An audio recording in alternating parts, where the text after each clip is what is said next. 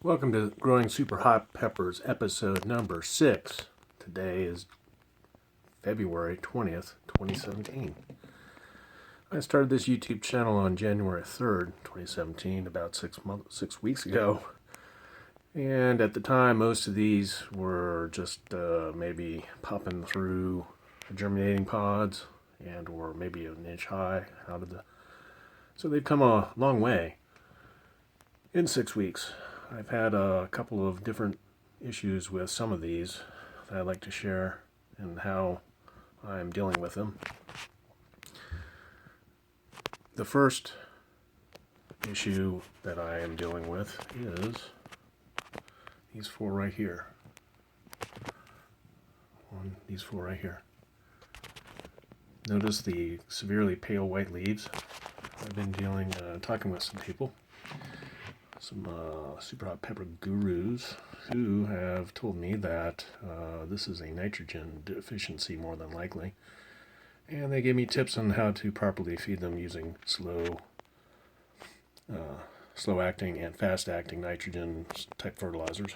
And so I've done that on all of these. A lot of these were having that issue a couple of weeks ago, and they've really improved dramatically in those couple weeks because of the nitrogen I've been adding. But then there's some stragglers, these four like I'm saying, that are still struggling and are still having issues. They seem to be the Carolina Reapers and the Trinidad Moruga Scorpions seem to be having the issue. Not so much the ghosts. The ghosts don't seem to be having this issue. For example, here's a ghost right here, the big one. It's growing like gangbusters and it looks nice. I think this is another ghost. I guess. Yeah, it is. And here's a southern pot Douglow. It's doing very well. It's just these super hot peppers like these I'm explaining to you. So not only am I providing nitrogen, I'm also adding a trick another guru taught me, and that has to do with just putting a teaspoon of Epsom salt in a gallon of water and feeding that as well.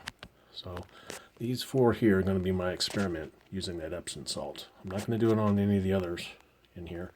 I want to see what improvements I'm going to see with these four here over the next week or two. And I'll try to show that to you in future episodes. My gallon of Epsom salt liquid stuff that I mixed up. One trick that I've learned here with this particular season is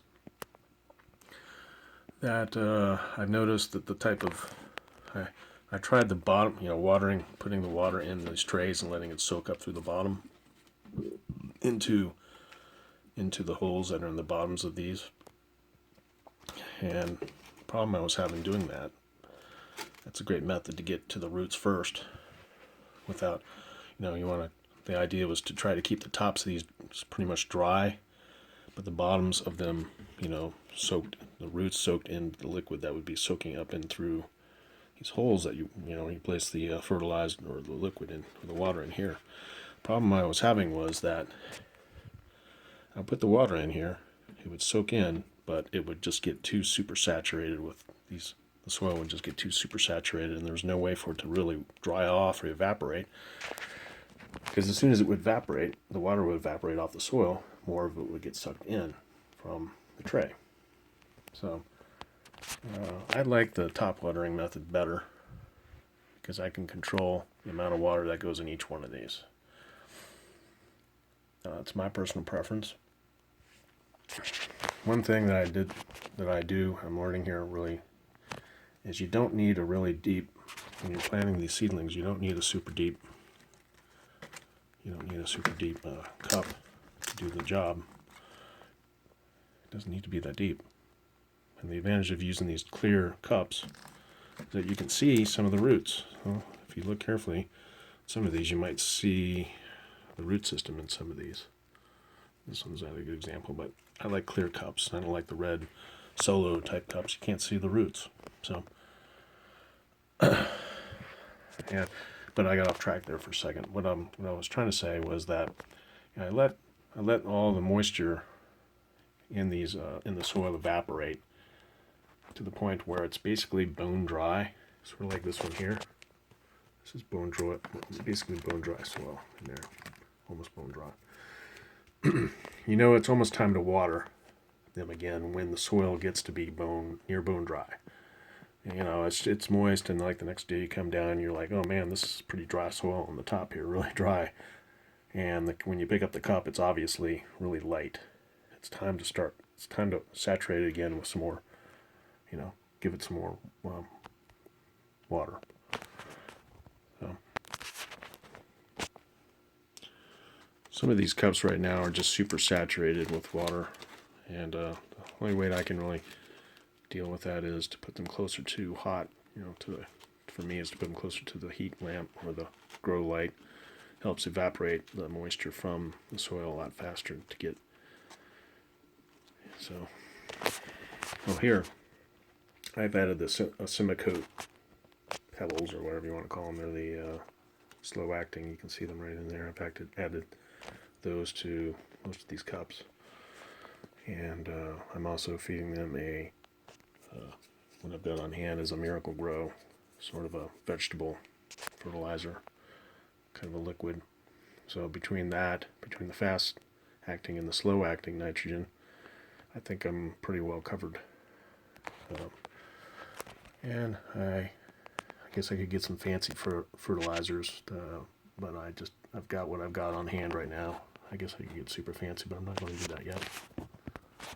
And generally speaking, I can say from my own experiences that generally the hotter the pepper, the harder and slower, the harder it is to grow, and the longer it takes to grow taller.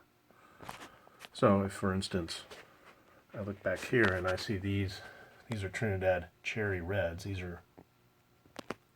two back here. They're really not that much hotter than a habanero. Jalapeno, they're really not, but yet they've grown like crazy. Okay, and I guess if I was growing jalapenos, they would also be about this height by now. You know, they're only 6 weeks old right now, from when they were planted to sown as seeds until you see the way they are right now. But at the same time, I'm looking at some of these. Here's a Trinidad Moruga Scorpion right here. This one right here. And that was planted a little over a month ago. And it hasn't, sown as a seed a month ago, and it's only that tall. It's just super hot, and I guess it's just it's just the genetic makeup of the seed, or the type of pepper that causes this to happen. My tallest right now in the super hots is a ghost pepper. This is the tallest one of them. It was planted on January 1st of this year, so that is about 6 weeks ago. This is 6 weeks, but then you look over here. Some of these, like this one, is also a ghost pepper, and it was planted at the same time. So some of these ghosts are going super gangbusters, and others are not. These are planted, basically sown as seeds at basically the same time. Well, that's it for episode number 6 of growing super hot peppers. If you enjoy, or you're getting something out of the videos I'm doing here, please do subscribe. I would really appreciate it. And comment if you could. Thank you. Good night.